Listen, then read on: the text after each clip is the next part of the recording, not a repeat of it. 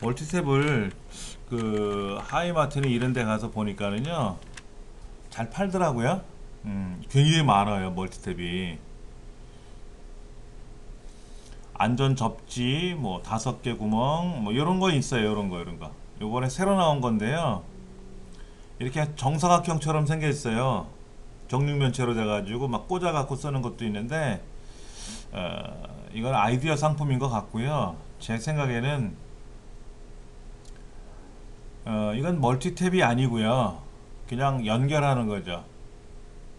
쉽게 말해서 이런 거는 문어발식 연결하는 거예요.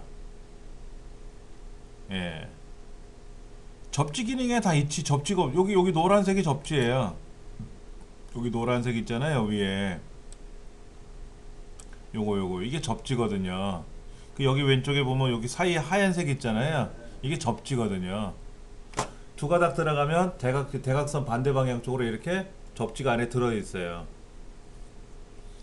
그러니까는 이렇게 얇은 코드로 되어 있는 거 있어요. 돼지 코처럼 돼가지고 꽂는 거. 이거는 접지가 없단 말이에요. 이렇게 둥그런 게 접지가 있는 거죠. 그럼 받아들인 쪽에도 접지가 있고. 그럼 피레침으로 되어 있는 거니까는 그렇게 해갖고 어딘가에 안전하게 처리하게끔 되어 있는 거고요. 이거 보세요. 이건 10개짜리예요. 10개짜리. 10개씩 써도 되나요? 저 16개짜리 있어요. 이거 용량 초과로 막 뜨거워지잖아요. 얘가 견디게끔 만들어야지. 그걸 못 견디면 큰일 나라고요. 제가 집에 쓰는 멀티템이 이만해요. 되게 길어요.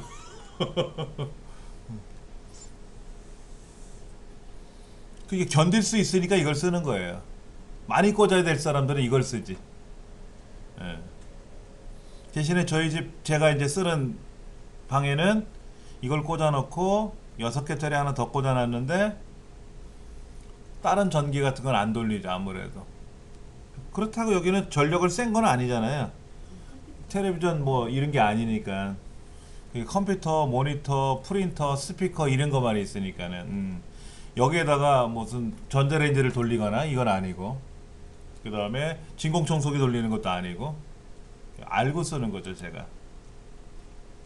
이렇게 개별 스위치 많이 있잖아요. 그렇죠. 여기 제조회사들 보면은요, 제조회사가 안 보이나? 강원전자 거 많이 써요. 강원전자 거. 이렇게 개별 스위치 달려 있는 거 많죠. 그렇죠? 접지는 다 있어요. 접지는 다 있어요. 요 과부하 차단이라고 돼 있죠. 그렇죠? 과부하 차단. 이걸 쓰셔야 되는 거예요. 과부하 차단되어 있는 거. 여기 16A, 얘는 15A라고 돼 있죠. 양극 스위치, 대부분 다 양극 스위치일 거예요. 통합 스위치도 있고 개별 스위치도 달려 있고. 이거는 길이가 3m, 길이 1.5m, 3m, 5m, 10m 종류별로 있잖아요. 그렇죠? 그건 길이 보고 사시면 돼요. 긴 거 사갖고 말아놓고 쓰시면 안 되고 비슷한 길이로 사서 쓰시는 거예요. 비슷한 길이로. 아무래도 길이가 짧으면 싸요. 전깃줄이 적게 들어가니까. 그건 짧은 거는 짧은 용도로 쓰는 거고. 그러니까 거실에는 텔레비전, 오디오 이런 거 꽂아야 되잖아요. 그렇죠? 그러니까 멀티탭 6구짜리 사가지고 3m가 아니라 1.5m짜리로. 1.5m짜리. 1.5m 사면 길이가 이렇게 길지는 않으니까 이렇게 한번 왔다 가면 되잖아요. 그렇죠? 그래서 거기다 이렇게 꽂아 놓으면 되고. 또 주방에는 전기줄 연결할 수 있는 데가 여의치 않으면 3m짜리 이런 거. 그렇게 해서 사시면 돼요. 길이에 맞춰가지고 무조건 사시면 안 돼요. 긴 거라고. 이거는 그냥 이거는 3개 연결하는 거예요. 1개에서 3개를 빼내는 것 뿐이에요. 그렇죠? 과부하 차단되는 거 꼭 사셔야 돼요. 과부하 차단되는 거. 이게 두꺼비 집이란 얘기니까. 우리가 안전기라고 하죠. 안전기. 이 16A라고 되어 있잖아요. 우리 보통 방 하나에 20A 안전기 붙어 있어요. 방 하나에. 그러니까 20A가 넘어가는 걸 한꺼번에 돌리면 안 된다는 거죠. 이게 16A니까 4개짜리 합쳐서 16A예요.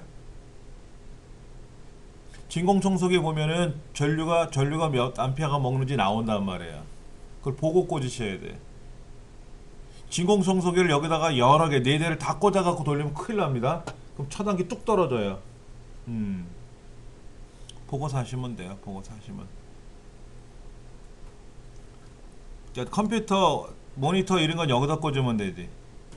한꺼번에 껐다 켰다 하면 되고, 그 다음에 거실에는 텔레비전, 오디오 뭐 다 따로따로 돼 있으니까 개별 스위치 꽂아 쓰시면 되고. PC를 꺼놓는 게 나아요? 예? 잘 때 완전히 전원을 끄는 게 나아요? 그러면 잔류 전기는 없어지잖아요. 그렇죠. 근데 좀 모니터는 저는 꺼놓고 TV 뭐 컴퓨터 끄고 스피커 끄고 프린터 끄고 다 끄고 자는데 필요하면 켜고 하잖아요. 그런데 시스템 종료하면 본체가 꺼지지 않습니까? 네. 그때 스위치 딱 꺼버리면 되지. 그러면 계량기 딱 정지되잖아요. 그렇죠. 그 다음에 이제 아침에 일어나서 컴퓨터 작업한다 그러면 멀티탭 켜고 그 모니터는 켜질 거고요. 네. 그러면 이제 파워 스위치 누르면 본체가 켜질 거고. 그렇게 간편하게 쓰시면 되죠. 24시간 켜놓는데. 응? 24시간 켜놓는데. 편리하게 쓰세요. 그냥 둬버리잖아요. 통상. 그냥 두잖아요. 편하게. 저희 집 거실에는 텔레비전, 오디오, 뭐 DVD, 뭐 홈시어터 이렇게 다 돼 있으니까 개별 스위치로 다 끄고 개별 스위치를 끄고 저희 집 텔레비전이 오래되다 보니까는요 전원 장치 쪽에 이상이 생기더라고요. 계속 켜놓잖아요. 그리고 나서 이제 리모컨으로 껐다 켰다 하다 보면 안 켜져요. 그러면 코드를 분리시켜 놓은 상태, 즉 멀티탭을 건 상태에서 한 2시간 지나고 나면 그리고 다시 키면 그때 이제 리모컨이 작동이 돼요. 그게 오래되면 그 파워 부분이 문제가 생긴대요. 그게 한 15만원 수리비가 들어간대. 그래서 그냥 안 보면 끄는 거예요, 멀티탭을. 그렇게 와서 또 볼 때 키고 하니까는 예, 작동되더라고요. 뭐 수리비 안 내고 그냥 그렇게 해요. 2개짜리도 있네요. 요거는 그냥 벽에다 꽂아 쓰는 거지. 그냥 벽에다가 하나에다 2개 꽂는 거죠. 하나에다 2개를 꽂는 거지. 이거는 요 앞부분에 꽂는 게 하나 붙어 있을 거란 말이에요. 그랬죠? 실제로 한 개 들어가는 거예요. 요렇게 여기 달린 게 요런 게 앞부분에 요 밑에 하나 있을 거란 말이야. 그게 실제로 한 개 들어가는 거예요. 요거는 하나에서 그냥 3개를 빼내가지고 과부하 차단되는 기능이 있네요. 이거 좋은 거네. 그러면 이런 게 있어야 돼요. 없으면 문어발식이잖아. 문어발식 위험한 거죠. 그렇게 하시면 되고요. 그 다음에 우리 328페이지 이런 데 보시면은 정전기를 막아주는 접지형 팔찌. 정전기 많이 생기는 분들이 있어요. 나이론 제품이나 이런 거를 입잖아요. 우리가 옷들이 면 제품이 아니라. 그러면 정전기 발생하거든요. 몸에서도. 이 차 이 손잡이 잡으려고 그러면 찌릿찌릿할 때가 있지 않습니까? 그래서 그 자동차 키를 가지고 손잡이에다 이렇게 탁탁탁탁 한번 대라 그러잖아요. 그러면 그 전류가 빠져나간다고. 그 다음에 329페이지 보시면은 거기 먼지 제거기 있잖아요. 이게 먼지 뿜는 거잖아요. 요거 조심하실 때 먼지 제거제 이렇게 뿜는 거 있지 않습니까? 이렇게 에어 스프레이잖아요. 그렇죠? 이거 쓰실 때 주의하실 게 있어요. 이거는 밑으로 뒤집어서 하면 안 돼요. 손잡이가 위에 있을 때 이렇게 뿌리셔야지 뒤집어서 뿌리시면은 안 돼요. 왜? 그 뭐? 가스가 역류 현상이 뭐라 그러더라? 위에 있을 때 이렇게 뿜어야 가스가 나가는 그 에어가 나가는 거고요. 밑으로 하면 가스가 나가요. 에어가 안 나가고. 그리고 일정 시간 사용하면 이게 영하 40도까지 내려가요. 캔 자체가. 그래서 동상 입을 수 있어요. 꼭 장갑 끼고 하셔야 되고요. 그리고 우리 부탄가스도 마찬가지예요. 부탄가스도요. 한참 사용하 보면 가스가 안에서 얼어. 영하 40도가 되니까는 안에서 얼어가지고 잘 안 나오거든요. 그러면 이제 뜨거운 물에다 이렇게 담그면 된다 그러는데 위험해요, 그거는요. 그냥 찬물에 담가도 돼요. 찬물에 담가도 되고 흔들어도 돼요. 흔들어서 또 뿌리시고 흔들어서 뿌리시고. 요게 요렇게 그 뭐더라? 그 빨대 같은 거 끼게끔 돼 있으니까 이거 붙어 있네. 얘는 빨대가. 빨대 이렇게 꺾어 가지고 이렇게 눕혀져 있는 거를 딱 세워 가지고 하면 빨대가 앞으로 나오니까 딱 누르면 그러면 에어가 쫙 나가니까는 요렇게 요렇게. 기름기가 있던데. 예? 기름기가 있더라고요. 어? 이게요? 아니 우리 집은 안 WD 그러는데. 40 같은 경우는 윤활유가 들어있는 거기 때문에 그게 아니고요. 그거로 뿌리면 안 되죠. 이거는 그냥 먼지 에어만 나가는 건데, 에어만 나가는 거로. 이것도 여러 개 사시면 뭐 싸다고 해요. 여기 보시면 이게 1,900원인데 철물점에 가서 사시면 싸요. 근데 이런 마트 같은 데 사면 비싸요. 그리고 제일 좋은 거는요. 만약에 컴퓨터를 청소할 일 있으면 세차장에 가세요. 그럼 500원 동전 넣고 하는 거 있거든요. 그거 넣고 청소하면 막쫙 뿌리면 그냥. 몰라 부품이 다 부서질지 몰라도 그게 제일 좋은 것 같아요.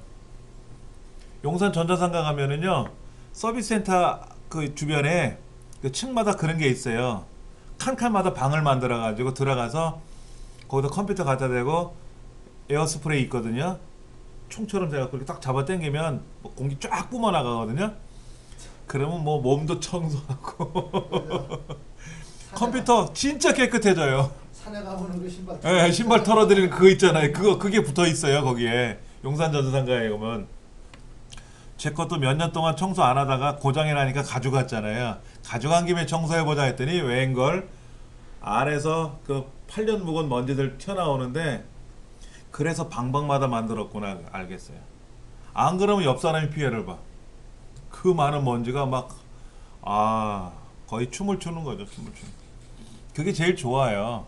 근데 이제 비상용으로 하나 사다 두는 거지. 비상용으로. 예.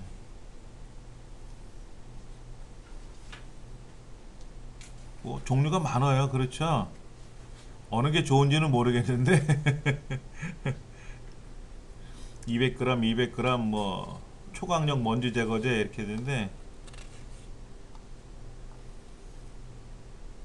가정에서 살짝 쓰는 거라면 몰라도 컴퓨터 집에 있는 거 다 청소할 거다 그러면 그냥 세차장에 가서 하시면 돼요. 그 다음에 여기 공기 펌프 있잖아요. 잼잼이처럼 손으로 누르면 앞에 이렇게 나가는 거. 그런 거는 이제 카메라 같은 거 어디 야외에 이제 촬영하고 오면은 카메라에 이제 먼지들이 붙을 수 있잖아요. 그러면 이제 그런 거로 이렇게 뿜어서 하면 되고요. 카메라 내부에는 에어스프레이 뿌리면 안 돼요. 먼지가 더 들어갈 수 있으니까는. 그냥 잼잼이 갖고 펌프 가지고 이렇게 해주면 괜찮은 거지.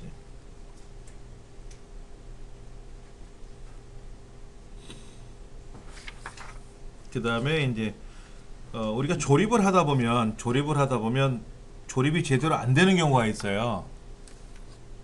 조립돼서 우리가 한참 쓰고 있는데 안에서 불량이 나는 경우는 거의 없습니다.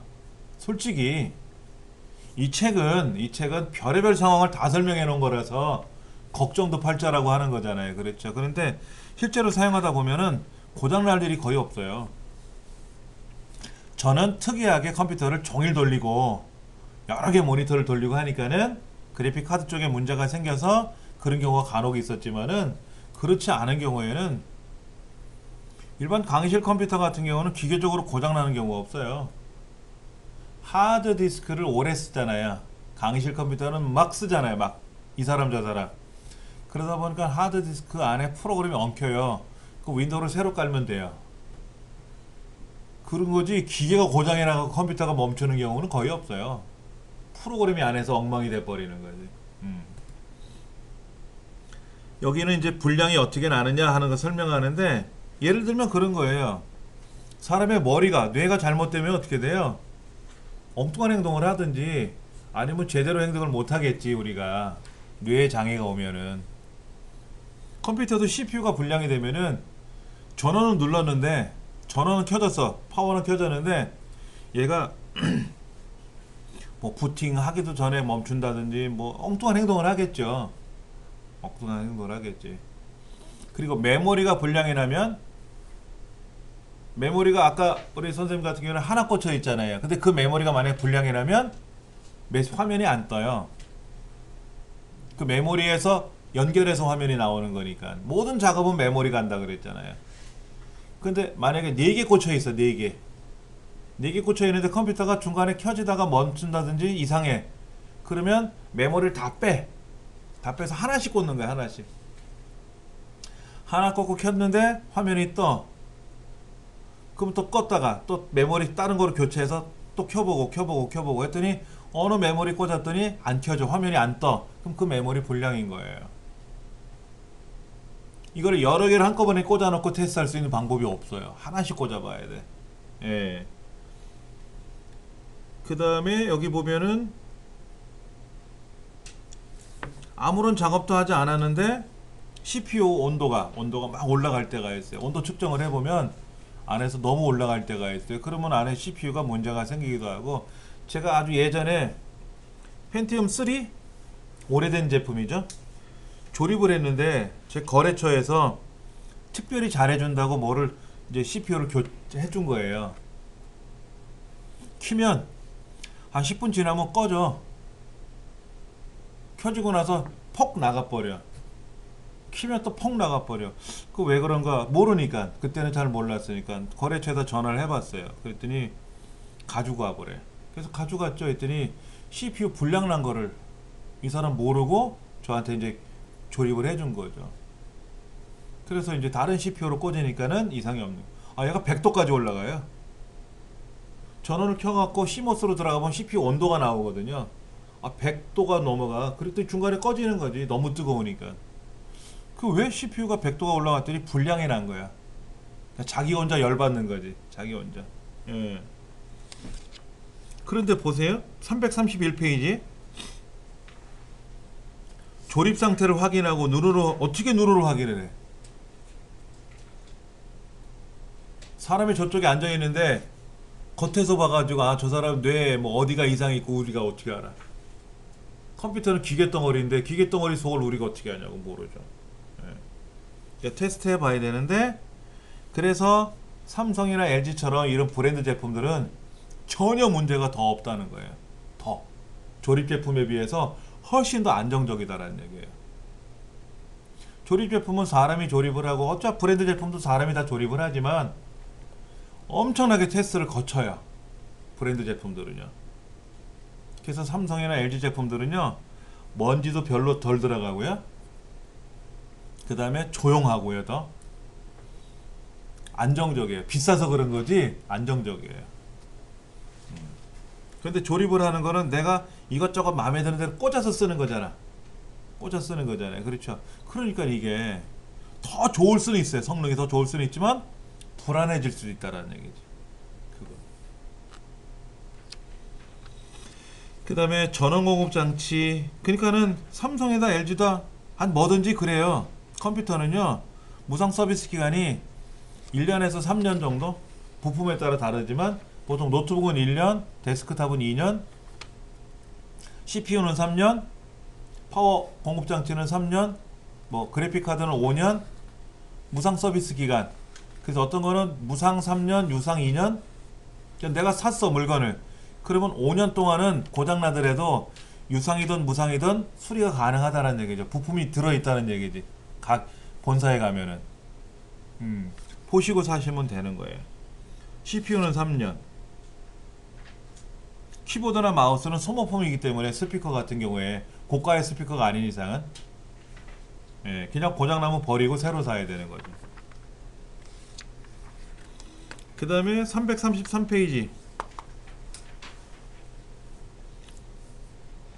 메인보드가 이상이 있다 없다는 어떻게 확인하느냐. 자, 333페이지 세 번째 오른쪽 밑에 보시면은 콘덴서라고 하는 게 있어요. 콘덴서 3개 중에서 오른쪽에 있는 거 더하기 X처럼 생기는 게 약간 들어가 있고요. 그 다음에 중간에 있는 거는 약간 볼록 튀어나왔죠? 볼록 튀어나왔잖아요. 그 다음에 왼쪽 거는 벌어졌어요. 사이가. 그렇죠? 이게 심하면요 팝콘 터듯이 딱 벌어져요. 한번 볼게요. 메인보드 그림 하나 보여드릴게요. 제가 쓰는 것도 지금 그런 현상으로 발생한 게 여기 안에 있어요.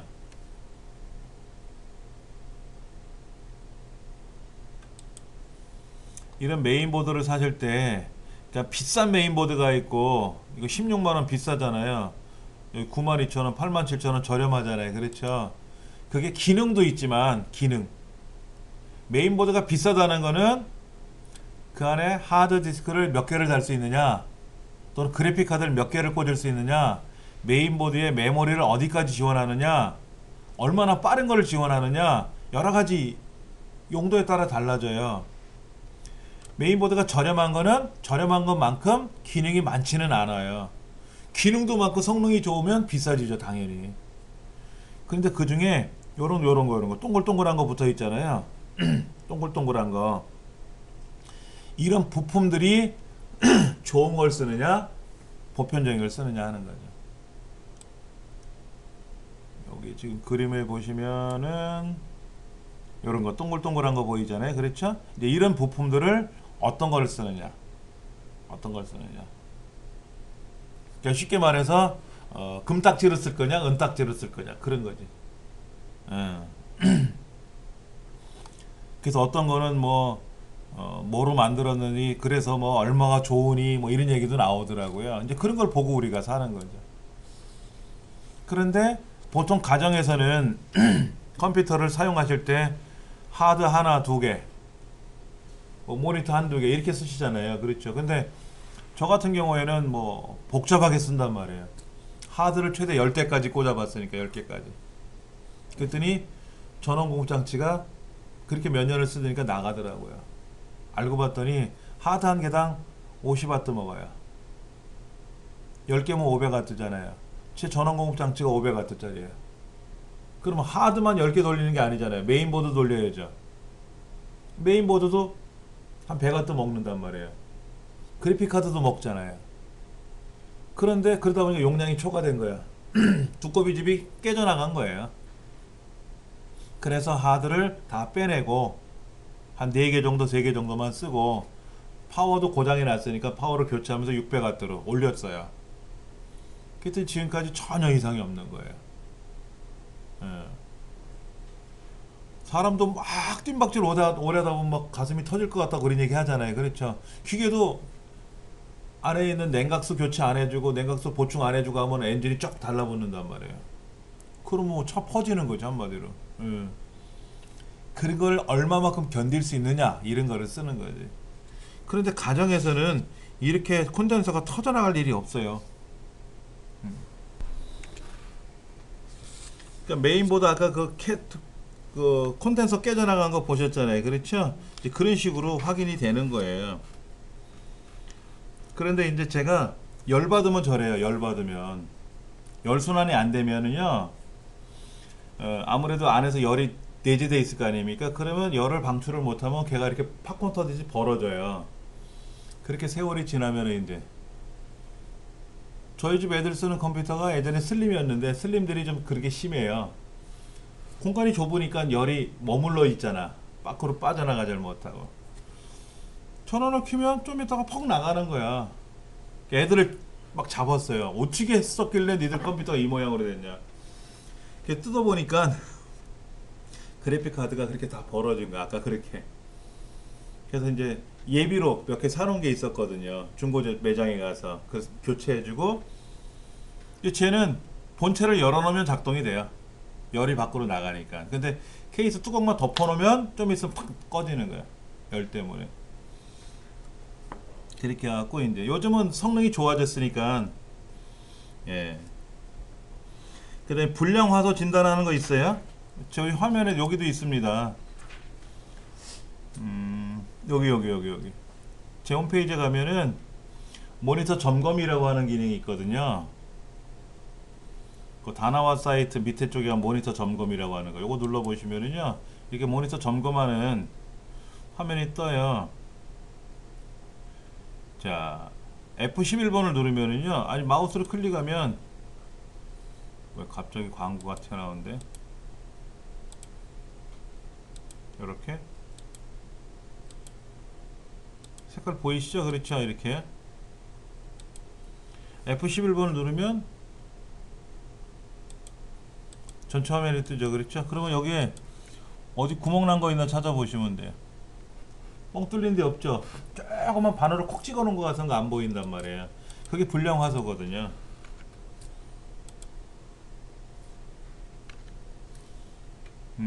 여기 불량 화소가 콩콩콩 점 찍혀 있는 것처럼 볼 수도 있고요. 그렇게 검사를 하는 거예요. 명암비 점검, 가독성 점검 뭐 이런 것도 할 수 있고요. 색상별 조절 뭐 이런 거 설명들이 나와 있죠. 그렇죠? 이런 거 불량 화소 체크하는 게 가장 좋고요.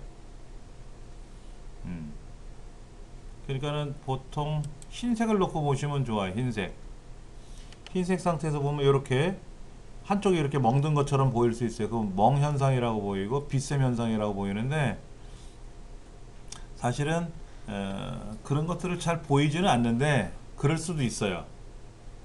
그렇게 되면은 검정색 상태에서 잘 안 보여요. 흰색 상태에서 보는 게 가장 잘 보입니다. 그때 F11번 키를 누르면 창이 전체 창이 되면서 화면이 사라졌잖아요. 그렇죠? 다 보이는 거지 전체가 이렇게. 예. 그리고 F5번 키 누르면 요거 다시 되돌리면 다시 화면 뜨고 이렇게 해서 뭐 모니터를 점검하실 수 있고요. 지금 334페이지에 나와 있는 그 사이트가 이겁니다. 모니터 점검하는데 여기에요. 여기.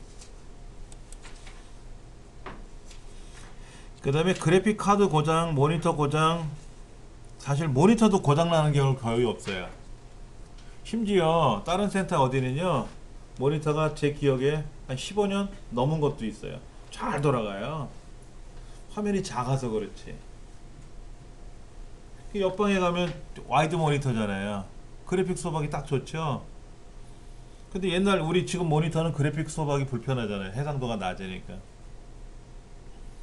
그런 거 교체해 줘야지. 예. 액정이 줄이 간다. 뭐 화면이 깨져 보인다. 화면은 껌뻑껌뻑 거리는데 뭐 어쩌고 저쩌고 이런 거.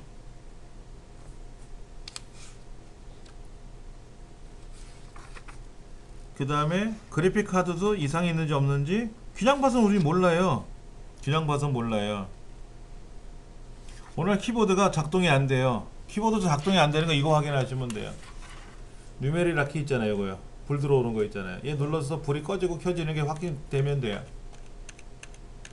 근데 이게 요 뒤에 연결돼 있잖아요.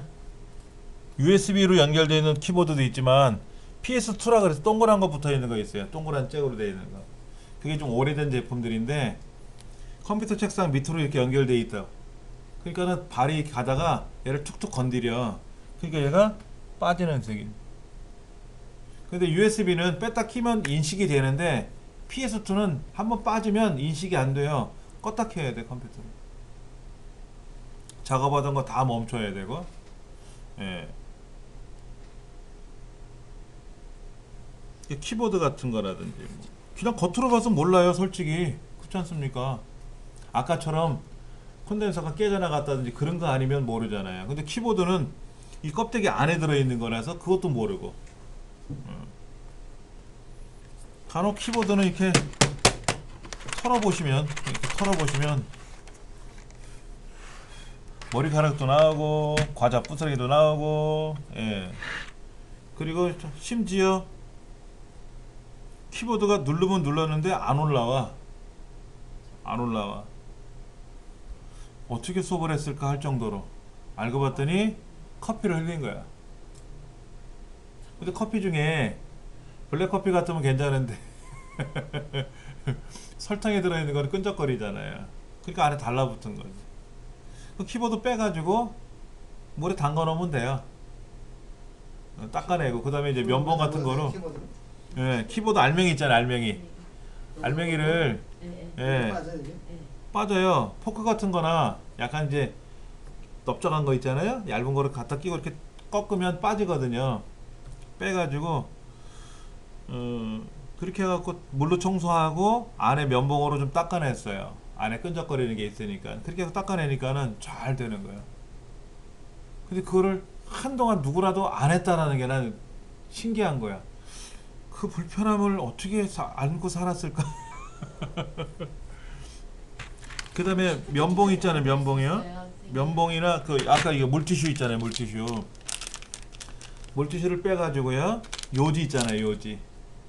요지를 딱 갖다 대고 그 가로로 보면 줄이 쳐져 있잖아요. 이렇게 키보드와 키보드 줄 사이에 한 번씩 닦아보세요. 그럼 뭐 진짜 새까맣게 나올 수 있습니다. 네, 그런 거 닦아주시면 깔끔하죠. 아무래도 깔끔해요. 커피 음료 같은 거는 사실은 컴퓨터 교실에서는 사용하면 안 되는데 본의 아니게 마실 수밖에 없는 그런 상황이 발생해요. 예, 그런 것만 조심하시면 되고요. 아까 메모리 진단 같은 거 말씀드린 것처럼 어떻게 한다? 하나씩 꽂아봐야 돼. 근데 그게 잘 여의치가 않아요. 진단 프로그램 사용하는 것도 여의치 않고. 근데 결과적으로 제가 말씀드리면 결론적으로 가정에서는 고장날 일이 없다. 고장날 일이 없다. 모니터 깜깜해졌네. 응? 모니터 깜깜해졌어. 모니터가 깜깜해요? 아무것도 안 나와요? 아무것도 안 나와. 전원도 안 나와. 그러면은 모니터 저거를 한번 빼보셔야 돼. 모니터 단자 있잖아요. 모니터 단자. 본체랑 연결된 단자. 단자를 빼시면 우리 책에 뭐라고 써있냐면 아까 335쪽에 No Signal. 얘도요 빼보면은요. 얘도 빼보면 케이블 있잖아요. 모니터 연결된 케이블을 분리하면 뭐가 반짝반짝반짝거리면서 막 글자들이 나타나요. 노 시그널 신호가 안 들어왔습니다라고. 얘가 본체랑 연결되어 있는 상태에서는 절대로 점검을 못해요. 빼봐야 돼요. 빼보면 이제 깜빡깜빡거리면서 뭐가 나타납니다. 그리고 우리 모니터 밑에 보시면 여러분들은 지금 매립되어 있어서 잘 안 보이겠지만 저는 여기 보면 뭐 소스 버튼 누르는 게 있어요. 소스. 그럼 소스를 누르면 여기 이렇게 소스 버튼을 누르면은요 여기 화면에 장치를 찾아내요. 이게 모니터가 지금 디지털 신호, 아날로그 신호 두 가지가 들어오기 때문에 그 신호를 찾아내요. 예, 그런 것도 보셔야 되고. 그리고 특별히 모니터를 볼 일은 없어요. 우리가 뭐 점검할 일은. 근데 이제 화면에 아무것도 안 나온다고 하니까 그럴 때는 이제 좀 애매한 거죠. 이유가 뭔지. 예.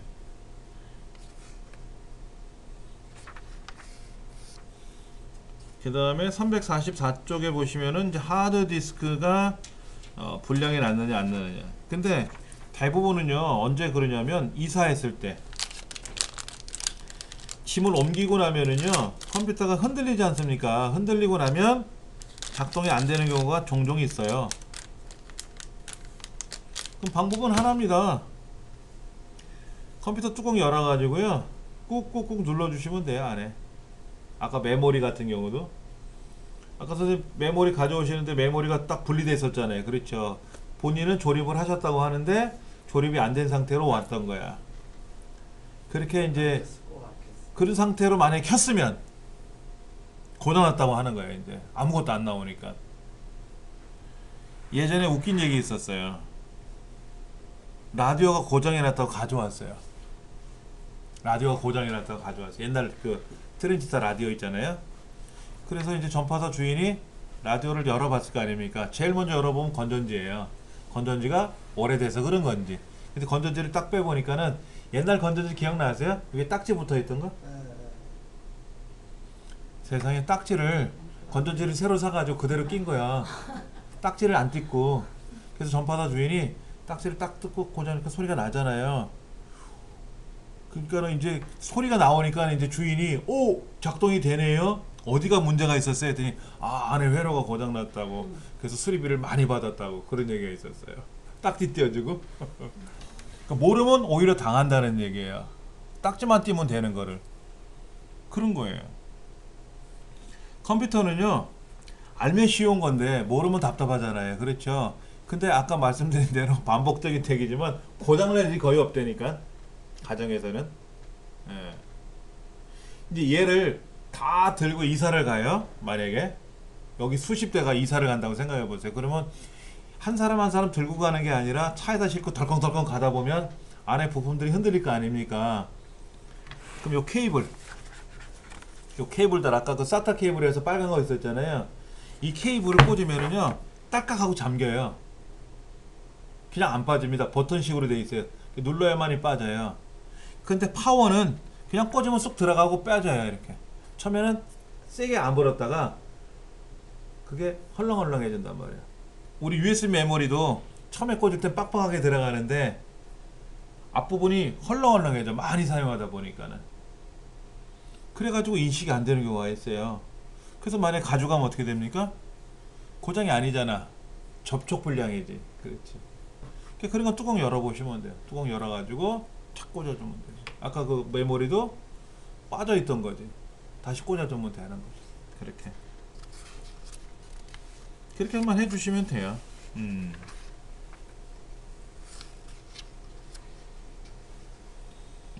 그런데 이제 하드디스크 자체를 그렇게 다 해봤는데도 불구하고 인식이 안 되거나 고장이 나는 경우가 있어요. 근데 하드디스크는 수명이 15만 시간. 15만 시간. SSD는요, 평균 고장 시간이 100만 시간으로 되어 있어요. 100만 시간. 평균 고장 시간이라고 있어요. 얘를 막 테스트를 하다 보면 100만 시간이 지나고 나면은 고장이 날 수도 있다 이거지. 그러면 100만 시간마다 한 번씩 고장 난다는 얘기죠. 그 평균 고장 시간이라 그래요. 평균 고장 시간이 100만 시간이면 100만 시간 동안 사용하면서 고장 날 일은 없다 이런 얘기지 않습니까? 만약에 평균 고장 시간이 100시간이면 어떻게 돼요? 100시간이면 일주일이지. 일주일 쓰다 보면 픽 나간다는 얘기잖아요. 그렇죠? 근데 하드가 15만 시간이면 계산 한번 해보세요. 낮자리 계산 언제 시간이 거예요? 여기 계산기 한번 돌려볼게요. 15만 시간을 365일로 나누면, 그리고 하루에 8시간 사용한다 그러면 51년이에요. 51년. 51년을 하루 8시간 사용하면은 15만 시간이에요. 그럼 50년 동안 고장 안 닿는 얘기죠? 그러면 15만 시간을 365로 나누고 24로 나누면 17년 동안 종일 돌려도 고장이 안 난다는 얘기잖아요. 그렇죠? 근데 뭐가 안 되면은 서비스 센터 이 동네 컴퓨터 이런 데 와서 고장 날 것 같은데요. 고장 날 것 같은 게 어디 있어? 고장이 나면 난 거지. 그리고 이제 새로 하드를 연결해주고, 그럼 고장 날 것 같은 거는 줘야지. 왜 자기네들이 가져가냐고. 가져가. 메인보드 고장 났습니다. 그럼 고장 난 건 줘야 될 거 아니야. 근데 안 줘요. 심지어 고장 나서 수리했다고 했는데 제품 번호를 다 메모해 놨어요. 옛날에 방송국에서 한번 테스트했었습니다. 삼성 컴퓨터를 샀어요. 그래서 부품을 뺐어요. 살짝 빼놨어요. 그리고 다 사진 찍고 모델 번호 다 시리얼 번호 적고 표시 다 해놨어요. 그리고 서비스 센터 이제 동네 컴퓨터에서 왔어요. 그랬더니 수리비 30만원. 그래가지고 봤더니 원래 거야. 바뀐 게 없어. 이제 떨어져 있던 거는 다시 꽂혀져 있고 그게 작동이 돼요. 그리고 나서 다른 업체에다 또 전화를 걸었어요. 그랬더니 거기서 40만원 부르더래요. 고장 났다고. 이제 원래 거야. 그렇게 한 달을 수리한다고 이렇게 돌렸더니 수리비가 한 300만원 나왔대요. 그래서 그 사람 다 불러가지고 보시라고. 당신네들이 수리한 게 뭐가 수리한 거냐고. 제품 번호, 시리얼 번호 그대로 다 있고 내가 다 표시해놨는데. 그랬더니 하는 말이 영사하다 보니까는 돈을 벌려고 그렇게 했다고 이제 얘기를 한 거예요. 그게 PD 스톱인가 어딘가 나왔었어요. 카메라 고발 이런 거에. 그래가지고 전국의 컴퓨터들이, 그런 매장들이 한 70% 이상이 문을 닫았어요. 다 그렇게 돈을 벌었으니까. 지금은 조금 달라졌다 하겠지만은 알고는 계셔야 돼. 그리고 삼성이나 LG 같은 경우는요, 그냥 삼성 LG를 부르면 돼요. 컴퓨터 부르지 말고요. 윈도우도 다 깔려 있잖아요. 윈도우가 문제가 생기면 거기다 삼성에다 얘기하면 기사가 와서 해주든지 원격으로 해주면 돈이 안 드는데 서비스 기사를 부르면 출장료는 줘야 되고. 근데 모르니까는 동네다 맡긴단 말이야. 그럼 뭐 깔아주고 돈 받고 다. 그런 문제가 생겨가지고 욕을 많이 먹었죠, 실제로. 그 다음에 만약에 문제가 생기면 어떻게 하면 이렇게 하시면 돼요. 우리 여기 보시면은 보조 프로그램 시스템 도구에 가보시면 정리, 조각모음 여기는 안 나오네. 천상 일로 가야 되겠네. 내 컴퓨터에 가서 오른쪽 버튼 눌러서 속성에 가보면 관리 모드에 오류 검사 있어요. 오류 검사. 이 오류 검사를 다 체크하고 시작하시면 안 돼요. 이거 예약 거는 거 예약. 예약이 걸리면 껐다 켜져야만이 작동이 되는데 다 작동이 되기 전까지는 절대로 원래대로 안 돌아와요. 그게 심지어 10시간이 걸릴 수도 있어요. 검사하는데. 집에서 요거 체크하고 시작 누르면 예약하시겠습니까? 그러면 그래라 라고 하고 컴퓨터를 껐다 다시 켜보세요. 그럼 그때 검사를 해요. 오류가 있는지 없는지. 대부분 오류 없다고 나올 거예요.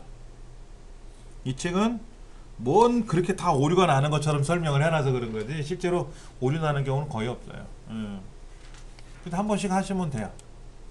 그러면 안에서 다 점검해 줍니다. 근데 이제 물리적으로 고장난 거는 고쳐야 돼요. 근데 못 고치지. 기계적으로 고장난 거니까.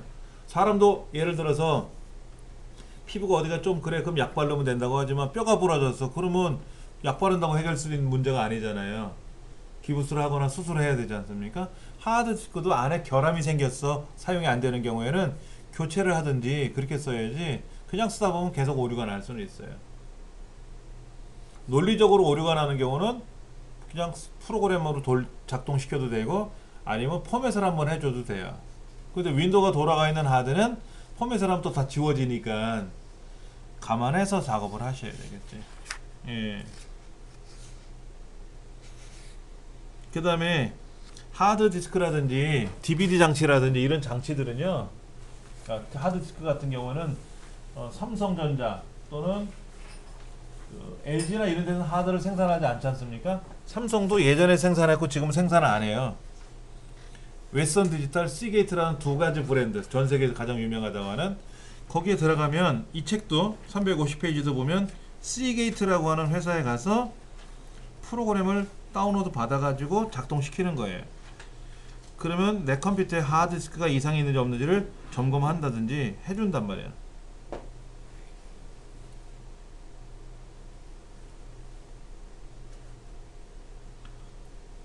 그렇게 해가지고 이제 불량이 난 데를 고쳐나간다거나 이렇게.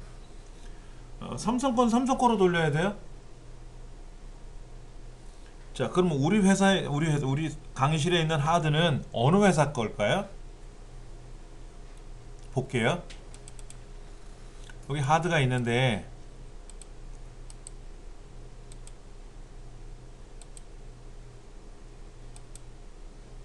자, 여기 삼성 거예요. 삼성 거.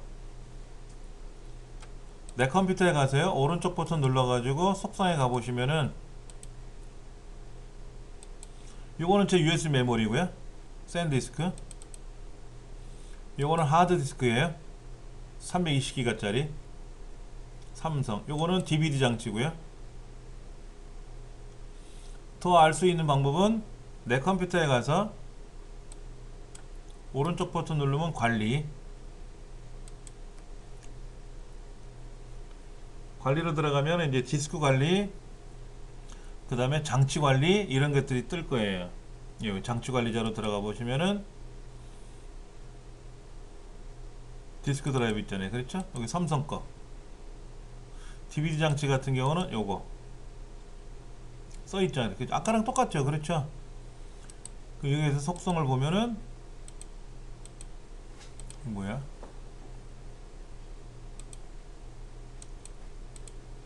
특별히 말은 안 나와 있네. 이건 삼성 거라고 딱 나와 있으니까.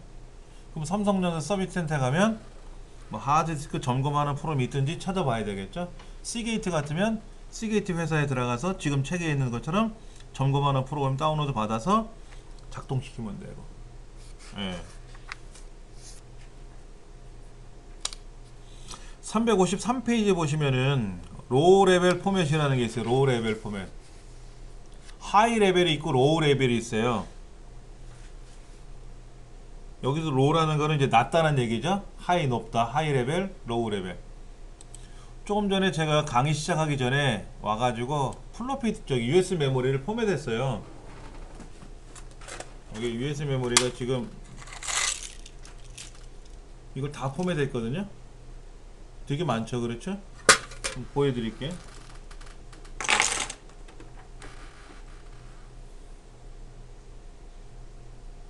여기 떴지 않습니까? 그럼 오른쪽 버튼 눌러서 포맷을 하고 빠른 포맷을 했어요. 그렇죠? 빠른 포맷. 그래서 시작 버튼 누르면 내용이 다 지워진다 그래요. 그 포맷이 쭉 진행이 되면 완료가 됐다고 하고 내용이 이제 깨끗해지는 거예요. 이걸 우리는 하이 레벨 포맷이라 그래요. 하이 레벨. 로우 레벨. 여기에서 아까 포맷할 때 화면에 이거 있었어요. 빠른 포맷이냐 안 빠른 포맷이냐 하는 건데, 안 빠른 포맷을 하게 되면 시간이 너무 오래 걸립니다. 너무 오래 걸려요. 그러니까 디스크에 불량이 생겼거나 그러면 반드시 빠른 포맷으로 하시면 안 되고요. 빠른 포맷을 해제하고 시작을 하셔야 돼요. 그럼 기계적인 점검을 해주면서 포맷을 하는 겁니다. 시간이 굉장히 오래 걸려요. 로우 레벨 포맷은요, 그거보다 더 오랜 시간 동안 점검을 하면서 포맷하는 게 로우 레벨이에요. 로우 레벨 포맷을 하면은요, 요즘 하드가 뭐 1테라, 2테라 그러잖아요. 아마 한 4일, 5일 걸릴걸요? 포맷 하는데 그렇게 걸릴 수도 있어요.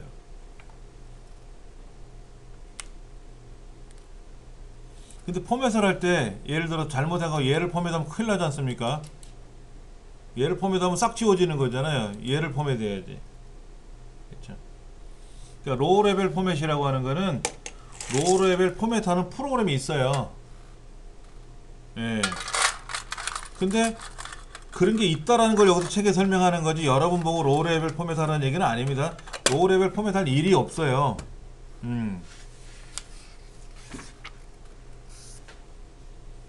여기 보시면 354페이지에 삼성 시게이트 뭐 이렇게 들어가서 뭐를 하면 된다 이렇게 나와 있는데, 굳이 이럴 필요가 없어요. 이거는 서비스 센터에서 하는 거예요. 서비스 센터에서. 근데 지금은 서비스 센터에서 이걸 안 합니다. 초기에 삼성에 가져가잖아요. 그럼 로우 레벨 포맷을 해요. 로우 레벨 포맷을 했는데 이상이 없으면 포맷해서 줘요. 그로 쓰라고. 그러면 이제 만약에 로우 레벨 포맷 했는데 이상이 생기잖아요. 그러면 이제 교체해 주는 거죠. 무상 서비스 기간 안에는. 근데 지금은 그냥 서비스 센터 가져가면 바로 바꿔줘요. 바로 바꿔줘. 뭐 점검하고 시간이 더 걸리는 거야. 안에 부서졌던 안 부서졌던 간에 무상 서비스 기간 안에는 교체해 주는 게 원칙이니까 이제는 그렇게 하지, 불편하게 그렇게 안 해요.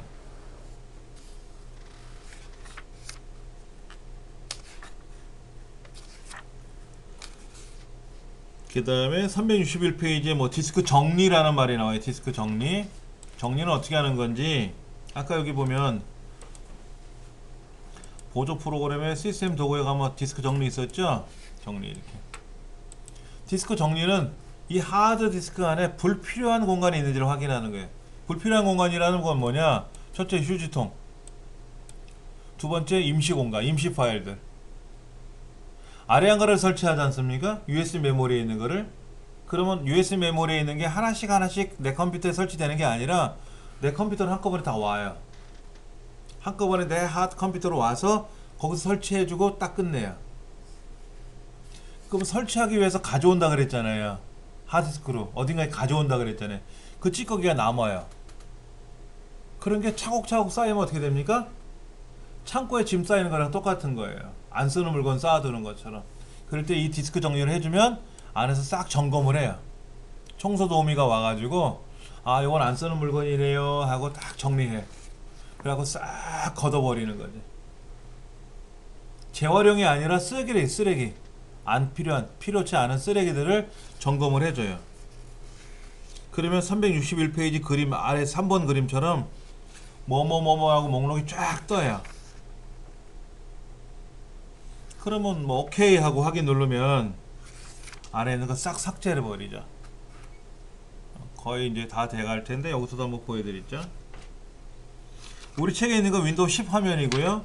지금 보시는 화면은 이제 윈도우 7이니까 7 화면 상태에서 보시면 돼요.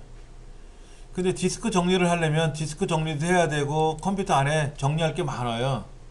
그럴 때 백신 가지고 정리하시면 좋아요. 백신 안에 관리 기능이 들어있다 그랬잖아요. 그런 기능을 가지고 점검을 해주면은 안에서 깨끗하게 또 청소가 되기도 합니다.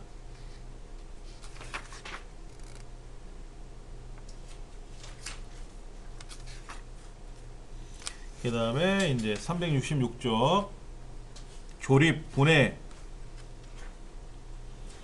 조립하고 분해하는 게 쉬운 건 아니에요. 그렇죠. 조금 전에 제가 뚜껑을 열어가지고 메모리 보여드리고 했지만은 그 조립도 아니고 분해도 아니잖아요. 다 열어가지고 다 뜯어가지고 청소하고. 그리고 그 용산에 가면 메인보드 수리하는 업체들이 있어요. 근데 거기는 통째로 보내면 안 돼요. 메인보드가 문제가 있으면 메인보드만 띄어서 보내줘야 돼요. 그리고 가져가면 메인보드 띄어서 가져오라 그래요. 자기네들 띄어서 이거 붙여주고 시간이 없어. 그런 수고는 우리가 해야 돼. 대신에 서비스가 싸니까. 여기 나왔네요. 보세요. 지금 1.49GB 정도 여기 1.49GB 다 해볼까 이렇게 다 체크했더 2.2GB 2.22GB의 용량을 확보할 수 있대요. 임시 파일 인터넷상에서 보던 것들이라든지 휴지통은 좀 전에 제가 청소해놔서 깨끗하지만 그리고 업데이트 하던 거 업데이트 하고 남은 것들이 있잖아요. 이제 찌꺼기 이런 거 확인 눌러주면 싹 청소를 해주니까 그 공간만큼 늘어나겠죠. 그렇죠. 용산에 제가 컴퓨터를 가져갔더니 메인보드를 뜯어서 가져오래요. 그래서 이제 뜯어서 보니까 너무 먼지가 많은 거야. 서비스 센터 이제 그 전자상가 층층마다 그 계단이 있는데 그 옆에 이렇게 아까 청소할 수 있는 공간이 있다 그랬잖아요. 가서 청소 싹 하고 케이스도 청소하고 그랬더니 먼지가 진짜 한 주먹은 나올 것 같아. 그 먼지 묵혀놓으면 야구공 크기만한 거 나올 것 같아. 그렇게 먼지가 많이 나오더라고요. 그래서 이제 맡겼어요. 그랬더니 10,000원? 부품이 문제가 생겼다고 교체하고 뭐 하는데 10,000원? 그 10,000원 주고 교체하지 않으면 메인보드를 새로 사야 되고 메인보드가 만약에 지금 모델하고 다르면 CPU도 바꿔야 되고 메인보드 칩셋이 바뀌면 윈도우를 새로 깔아야 되고 절차가 너무 복잡해지는 거예요. 일이. 내 손가락에 가시가 꽂혔어. 그럼 가시만 빼주면 되는데 손가락을 잘라야 된다. 뭐 의소를 껴야 된다. 이렇게 나온다는 얘기지 한마디로. 일반 센터에 가면.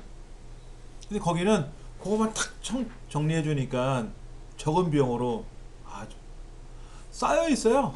전국에서 오는 그런 물량들이 쌓여 있더라고. 용산에 그걸 전문적으로 하는 업체가 많지는 않아요. 아까 라사 풀르다가 라사가 어디 빠졌었잖아요. 그랬죠? 그런 라사도 잘 챙겨놔야지. 안 그러면 라사에 전류가 흘러가지고 문제가 생길 수도 있고 팬 돌아가는데 라사가 껴버리면 고장이 나기도 하고 그러다 보니까는 이제 아까 제 드라이버가 요거 앞에 자석이 달려가지고 라사 같은 걸 딱 매달 수 있게끔 그런 거. 뭐 자름 집게라고 써있네요. 니퍼라고 하죠. 니퍼.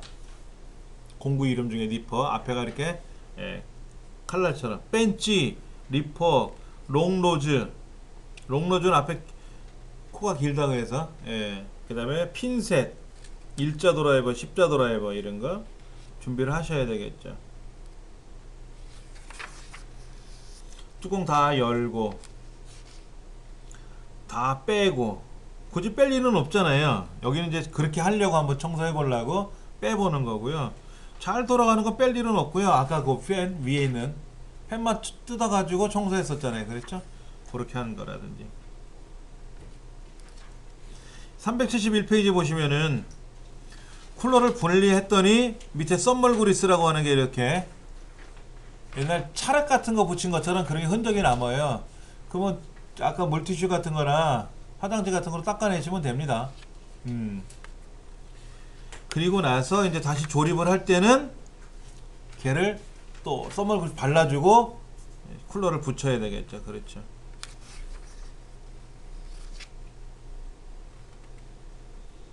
그 다음에 그 377페이지 보시면은 요 하드디스크 DVD 장치 얘는 아주 옛날 거예요. 지금 이거 없어요. 지금은 376페이지에 나와 있는 그 지금 그 주황색으로 된 노란색으로 된 거 있잖아요. 사타 케이블, 사타 포트 거기다 꽂는 거지.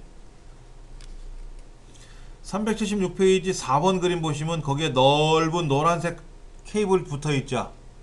이게 아주 옛날 거야. 지금 이거 안 써요. 이게 만약에 여러분 컴퓨터에 있다 그러면 빨리 컴퓨터 바꾸셔야 돼요. 제가 쓰는 DVD 장치는요 이거예요. DVD 장치는 이거예요. 근데 DVD 얼마 안 쓰잖아요. 그러니까 저는 옛날 걸 그대로 갖고 있어요. 이것도 교체하려면 한 19,000원, 18,000원 드니까 에이 그냥 옛날 거 쓰자. 그리고 보드가 저게 옛날 거다 보니까는 이것도 다 지원이 되니까 신형, 구형 다 지원되니까 쓰는 거죠. 378페이지에 하드디스크를 그 요즘 직렬 케이블로 빨간 거 있었죠. 근데 이게 꺾인 게 있고요, 안 꺾인 게 있어요. 꺾인 걸 써도 되고 안 꺾인 걸 써도 되고 편하신 대로 쓰시면 되고요. 그 다음에 379페이지 보면은 이제 SSD가 세 가지가 있습니다. SATA SSD가 있어요. 그럼 일반 하드 다는 데다 꽂으면 되고요. 아까 대표님 자리에 그 두 개 비어 있었잖아요. 그럼 거기다 꽂으시면 되고, 파워도 여분 파워가 있을 거란 말이에요. 그럼 꽂아 쓰시면 되고, 라사는 잠글 데가 없으면 그냥 안에다 밀어 넣어도 돼요. 가벼워. 그러니까 막 흔들고 돌아다니니까 아니잖아요, 우리가. 그러면 충분히 돌아가요. 그 대신에 이제 윈도우를 새로 깔거나 이제 그런 문제가 생길 수도 있는 거죠. 그 다음에 M사타라 그래서 M사타 포트가 있으면 꽂는데 요즘은 M사타 SSD 그거를 안 사고요. 밑에 있는 M2 근데 M2를 지원하는 메인보드가 돼야 이걸 꽂을 수 있어요. 우리 강의실은 M사타 꽂을 데가 없어요. 그러니까 천상 사타 SSD를 사는 거죠. 예.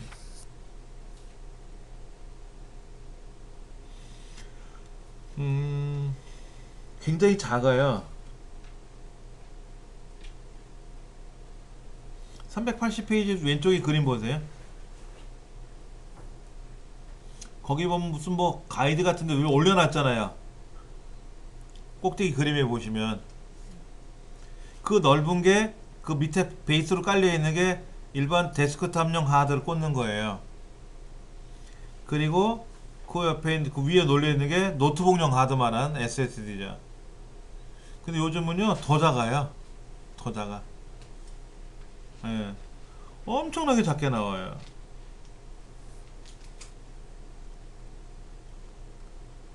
그 다음에 그 380페이지 아래 그림 보시면 M2 방식이 더 좋다 그랬잖아요. M2 방식이 좋다고 했는데 M2 방식을 꽂을 데가 없으면 그 PCI 익스프레스 변환 브라켓이라는 게 그런 걸 팔아요. 그런 걸 사서 거기다 꽂으면 된다고 하는데 저는 그냥 SATA 방식의 SSD를 사가지고 꽂았어요. 근데 너무 작아. 진짜 부품이 너무 작아. 그래서 그 가이드 주는 거에 꽂아가지고 기존 하드 꽂는 데서 꽂아놓고 쓰는데요, 열도 거의 없고 소음도 일체 없고 너무너무 좀 빠르죠.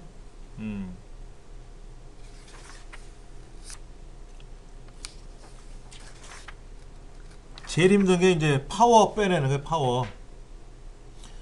파워가 고장이 나면은요, 파워는 꽂혀 있는 데가 많아요. 요즘 플로피 안 쓴다고 하더라도 사타, 그 다음에 뭐 여기저기 꽂혀 있잖아요. 파워는 메인보드에도 꽂혀 있고요. 다 뜯어내서 통째로 교체하고 다시 원래대로 다 꽂아줘야 돼요. 그 자리에다가. 그래서 보통 가정에서는 파워 고장 날 일이 없다고 했으니까 걱정 안 하셔도 되고, 우리가 컴퓨터를 조립한다 그러면 내가 부품을 사가지고 조립하는 게 좋을 거냐? 전 추천하고 싶지는 않아요. 여러분이 가서 이거 원하는 대로 지정을 해주세요. 그리고 조립을 해달라 그러세요. 그럼 조립비를 받아요. 15,000원에서 20,000원 정도 받거든요. 그러면 보세요. 케이스 말한 거 하나 들고 와야 되고요. 본체, 메인보드, 부품을 다 바리바리 싸들고 와야 돼요. 집에 와서 조립을 해야 될 거 아닙니까? 그럼 가져오는 짐도 많고요. 하다가 뭐 잘못되면 어떻게 돼요? 난리 나는 거잖아요. 근데 맡겨놓으면은 자기네들이 하다가 잘못되면 새 제품 다시 꽂아줄 거란 말이야. 그리고 케이스에 싹 담아가지고 케이스 박스만 들고 오면 돼요. 그리고 이제 CD, 케이블 아까 남은 거 이런 것들은 메인보드 박스에 담아서 줄 거예요. 저도 그렇게 조립해서 들고 왔어요. 우리 큰애는 제가 부품을 조립을 해서 부품을 보내달라 그랬어요. 제가 집에서 조립했는데 애 거다 보니까는 신경을 더 쓰잖아요. 내 거니까 막 신경을 쓰다 보니까는 뭐 그것도 힘들더라고. 윈도우도 깔아야 되고, 어차피 윈도우는 뭐 깔아줘야 된다고 하지만은 에이 그냥 조립해서 보낼걸. 그럼 빠를 텐데 마음 편하고 완제품으로 딱 해서 오는 거죠. 그렇죠. 조립비 15,000원 20,000원만 주면은 탁 조립을 해서 배송을 해주거든요. 아니면 쇼핑하고 오세요. 조립해 놓을 테니까 전화 드릴게요. 그러면 30분에서 1시간 이내에 전화가 와요. 용산에 가서 뭐 이렇게 해달라고 하면 탁 조립을 해서 박스에 딱 담아주거든요. 끈 달아주면 들고 오시면 돼요. 그럼 전혀 이상이 없죠. 전혀 이상이 없죠. 그리고 이제 윈도우는 내가 집에서 깔아야 되겠지. 윈도우는 안 깔아줘요. 용산에서 깔아달라 그러면 안 됩니다. 이제는 근데 이제 아는 사람들은 이제 깔아주기도 하죠. 윈도우를 사시면 깔아드릴 겁니다 라고 하는데 안 깔아줘요. 그 불법이라. 못 깔아줍니다. 소파라치. 아니 그래놓고 신고하는 사람. 네, 소프트웨어 파파라치라는 게 있어요. 저작권 위반이거든요. 불법 소프트웨어. 그래서 좀 깔아주세요. 나 집에서 못 가니까는. 그러면 깔아주는 거 그걸 카메라 촬영을 해. 자, 얘기하는 거 녹음하는 거야. 주머니에 넣고. 그리고 나서 윈도우 깔렸잖아요. 그렇죠. 그 윈도우 뭐 구매한 이력도 없는데 한 거잖아요. 그러면 신고해 버려요. 그러면 포상금 받고요. 그 업체는 보통 원 스트라이크 아웃 이거 되지는 않는데 정지는 못 정지. 그렇게 해서 몇 번 그렇게 먹으면 이제 폐업해야 돼요. 장사 못 해요. 그러니까는 그렇게 뭐 안 해주죠. 구매하라 그래요. 구매하라고. 요즘은 이제 뭐 기업형들 있어요. 기업형들은 싸다고 하더라고요. 하여튼 뭐 자기네들이 말을 하는데 그렇게. 저는 제가 윈도우를 갖고 있으니까 정품을 그냥 제 거로 깔아줬고요. 그런 게 어려운 거지 뭐. 메모리 빼고 꽂고 하는 거. 메모리 꽂을 때는 그 간격이 서로 달라요. 좌우 앞뒤로 바뀌면 안 꽂을 수 있으니까 딸깍 누르는 순간 딸깍 하면서 싹 잠깁니다. 예. 제일 어려운 게 이 부분이에요. 386페이지 보시면은 커넥터들 연결하는 거예요. 메인보드에 스피커, 뭐 하드 리셋, 하드 파워, 그 다음에 이제 파워하고 하드 LED 이런 것들. 그 메인보드 설명서를 보면 나와요. 어디에 뭐를 꽂아라 이렇게. 그거 사서 꽂으면 되는데 이게 초보자들은 쉽지가 않아요. 앞뒤로 돌리면 안 되고요. 극성이 있어가지고. 근데 보시면 아래 그림 보시면 글자가 새겨진 쪽이 앞에 보이죠? 글자 새겨진 부분이 앞에 있잖아요. 얘를 뒤로 돌리면 안 된다는 얘기지. 글자가 안 보이면 안 돼. 글자를 보이게끔 꽂아야 돼요. 그러면 이상이 없어요. 그렇게 정리를 다 이제 조립하고 나면 선이 남아 돌아간다고 막 안에서 엉키고 설키고. 요즘 케이스가 좋아요. 제가 뭐 깜짝 놀랐어요. 저는 케이스 안에 선을 막 꽂아놨으니까 선이 남잖아요. 그러면 그거를 덜덜덜 말아가지고 케이블 타이로 다 묶어 했는데요. 우리 애 거는 그게 아니더라고. 여기 케이스 한번 볼게요. 케이스 제일 저렴한 거 볼까요? 이런가? 24,000원 이런가?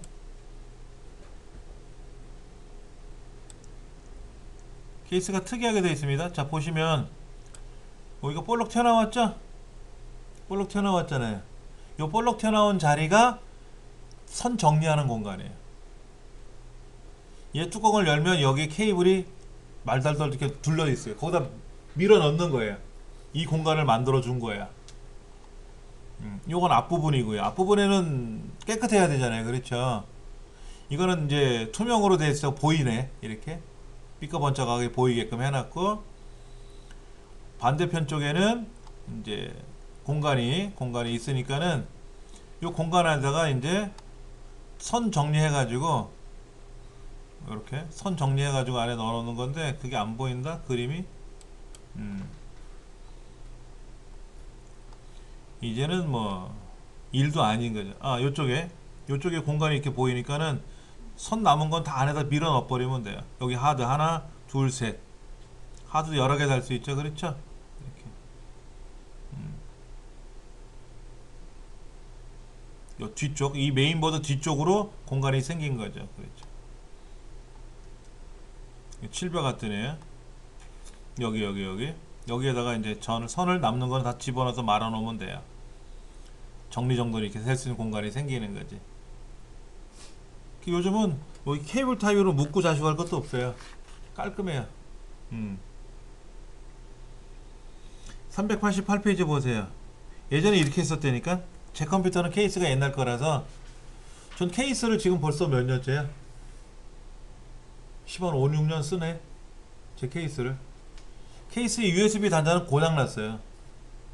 그러니까 거기다 꽂으면 USB 연결도 안 되고, 오디오 잭도 제가 다 빼놨어요. 앞에 안 쓰려고. 이 케이스는 튼튼하니까 고철로 팔아도 제값 나올걸요? 쇳덩어리라 옛날 거라 무거워요. 그렇죠. 예. 이게 참 불편합니다. 이렇게. 근데 요즘은 케이스가 너무 잘 나와가지고요, 이 선 정리할 수 있는 공간들이 있어가지고 안쪽으로 이렇게 집어넣으면 탁 돼요. 깜짝 놀랐어요. 아니 왜 여기 뼈가 불룩 나왔을까 그랬어. 뭔 케이스가 저럴까. 다 이렇게만 파니까 사왔단 말이야. 와서 보니까 아, 거기다 말아 놓으면 되겠구나. 그렇게 해서 팔더라고요. 보세요. 이거 강화유리가 달려있는 거래. 강화유리가 달려있다는 건 안에 보인다는 얘기죠? 근데 이거를 번쩍번쩍거리게끔, 예. 그렇죠, 이런 거. 이건 뭐야? 오, 뭐 앞에 뭐 이렇게 여러 가지 불빛도 번쩍번쩍거리고. 엄마한테 혼나. 정신 사납다고 이런 거 사다 놓으면. 그런데 PC방에는 이렇게 해놔요. 아, 번쩍번쩍거리면 멋있거든. 게임하기도 분위기가 살고. 예. 우리 애 거는 만 얼마짜리 사줬는데, 케이스? 만 얼마짜리, 이런 거. 예. 좋아요. 전혀 지장 없죠. 이게 볼록 나왔다 그랬죠? 자, USB 3.0, 2.0 뭐. 여기는 DVD 꽂는 자리. 이렇게 꽂을 수 있게끔 되어 있고. 이 앞부분은 빼서 여기 CD롬 드라이브 꽂으면 되고. 이렇게. 예. 안에 공간이 넓으니까는 뭐 공기 흐름도 좋고. 그 다음에 얘 큰 거를 여기다 다네. 120mm짜리 12cm. 별로 안 큰데? 제 거 8인치거든요. 이만한 펜 붙어 있어요. 여기에. 그 CPU 쪽에서 나오는 열을 큰 쿨러로 밖으로 빼내는 거예요.